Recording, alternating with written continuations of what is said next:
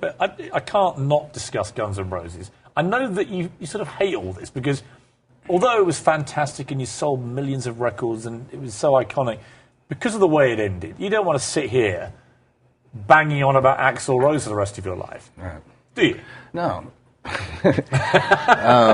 Yeah, it's a lot of attention put on a lot of negative stuff, and granted, the negative stuff existed and might still exist or whatever. But dwelling on that stuff, all things considered, I left the band in 1996, so we're talking.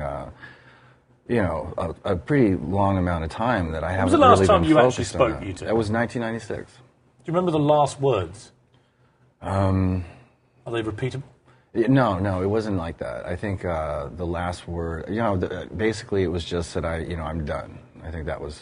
Who said that? I did. I'm done. Yeah, and it wasn't even me necessarily leaving the band.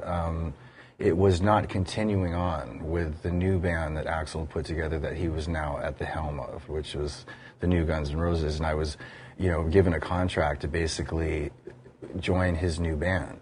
And it took about 24 hours before I decided, I think this is the end of the line. What is the single biggest offer you've had to put it all behind you and get back on a stage together? Well, I've heard a lot of numbers thrown What's the most around. ridiculous? I've never been handed a specific offer, but it's in the 7 figures, 8 figures. I'd say it starts off with 7 figures, and then sometimes it starts to get even more grandiose than that. Is there any check that would tempt you? I don't think it's a matter of that. It really isn't. I think you've got a situation where nobody involved wants to revisit.